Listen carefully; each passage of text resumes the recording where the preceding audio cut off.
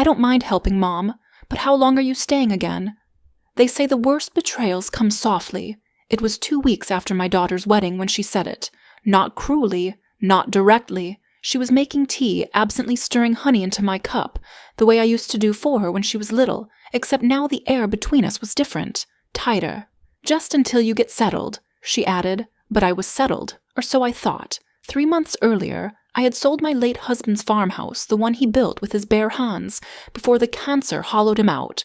I'd moved in with my daughter, Claire, and her fiancé, Josh. They insisted. We want you close, she'd said. We have space now. They had a brand new house in the Denver suburbs. 3 bedrooms, a sunroom, even a tiny raised garden I'd started planting herbs in. It wasn't home, but it was enough. Claire had changed since the wedding. Her tone clipped.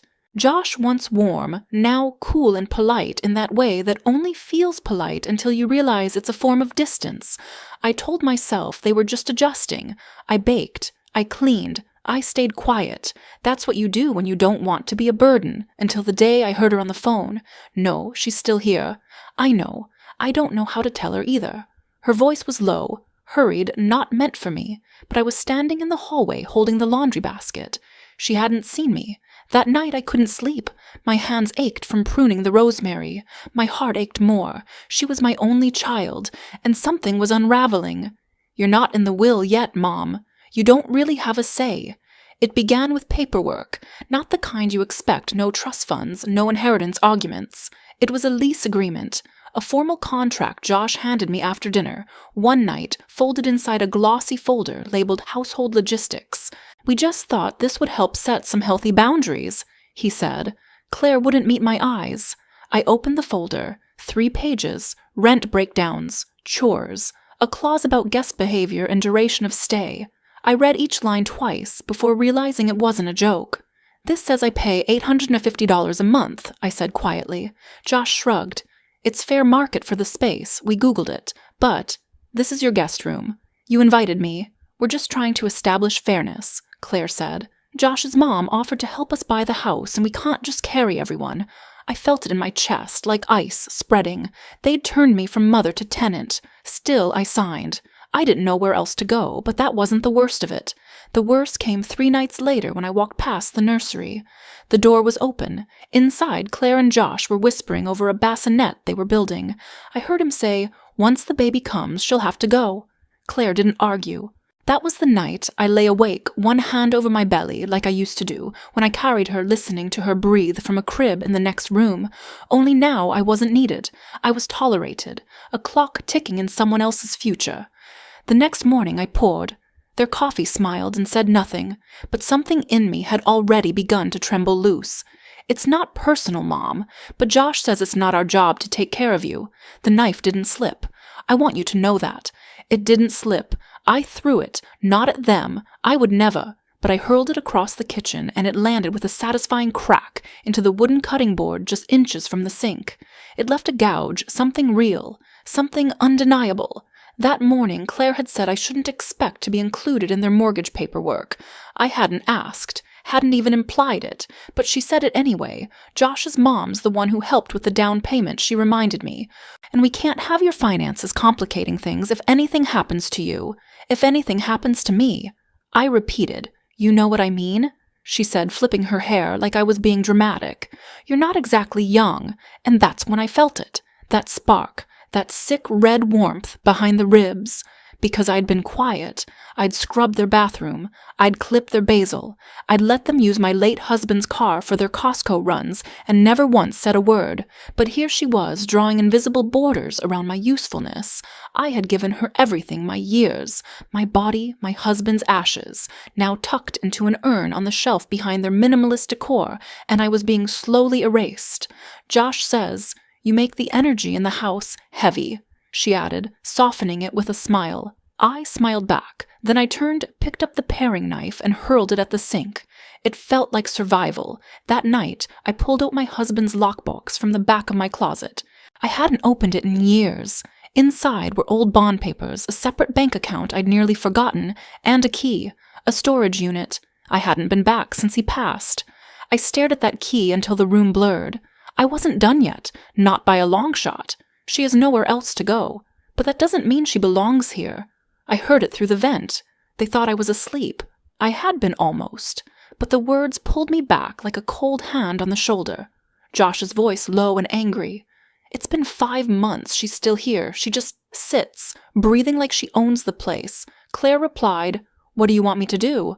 "Throw her out. She's your mother," he snapped. "You figure it out. Before the baby comes. Before the baby comes."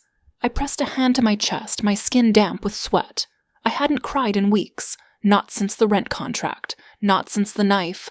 But that night, something else settled inside me. A calculation. I waited until morning. Baked cinnamon muffins the way Claire liked them as a girl. Left them warm on the counter. Then I slipped out the spare key in my palm. The storage unit was still there, dusty but intact. And inside a steel safe. My husband's backup plan. Always cautious, always quiet. And God did I thank him.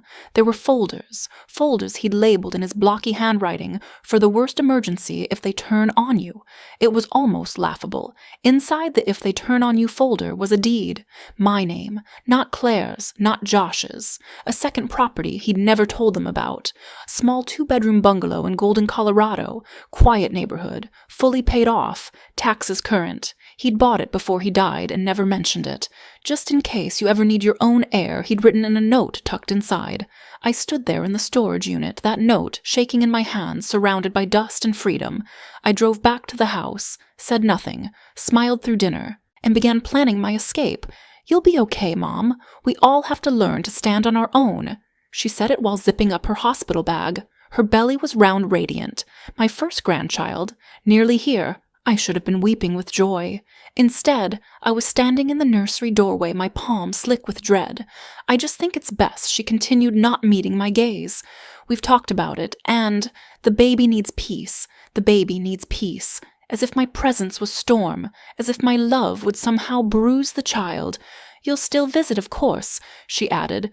"Just maybe not stay over, or come by unannounced." I couldn't speak. I had spent the week knitting tiny socks. I'd prepped freezer meals, labeled each one in Sharpie. Chicken soup, lentil stew, lasagna. I had mothered her down to the marrow, and now what was I? An obligation she was cutting off, like a tag on a gift she no longer wanted. Josh stood behind her hands in his pockets. He didn't speak. He didn't need to. This was done. I went back to my room, shut the door, and stared at the blank suitcase I'd hidden beneath the bed. It was time. The next morning I left before sunrise. No note, no goodbye, just silence. I drove to the bungalow. The key slid in easily. The door creaked like an old friend surprised to see me. Inside it smelled of paint and quiet.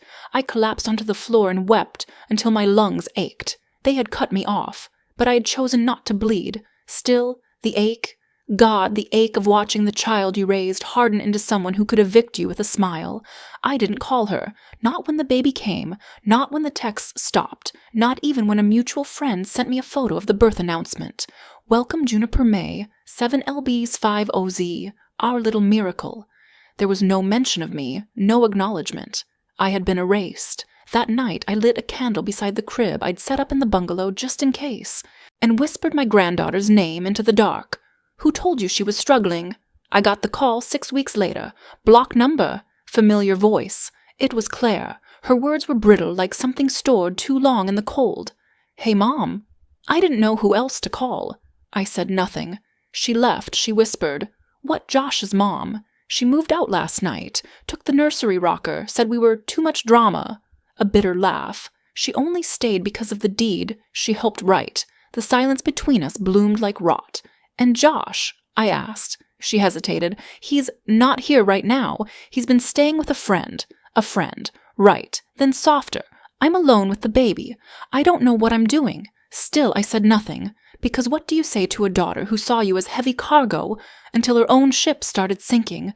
But then she asked, "Will you come just for a few days? Please." Something in me curled tight. My heart, my pride both. I said yes. Not for her. For Juniper.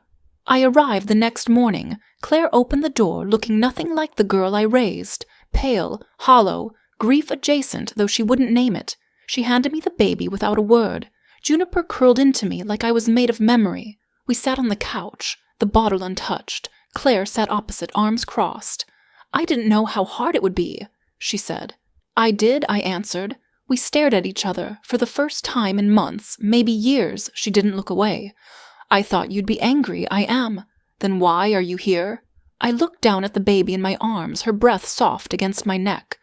Because you're my daughter, I said.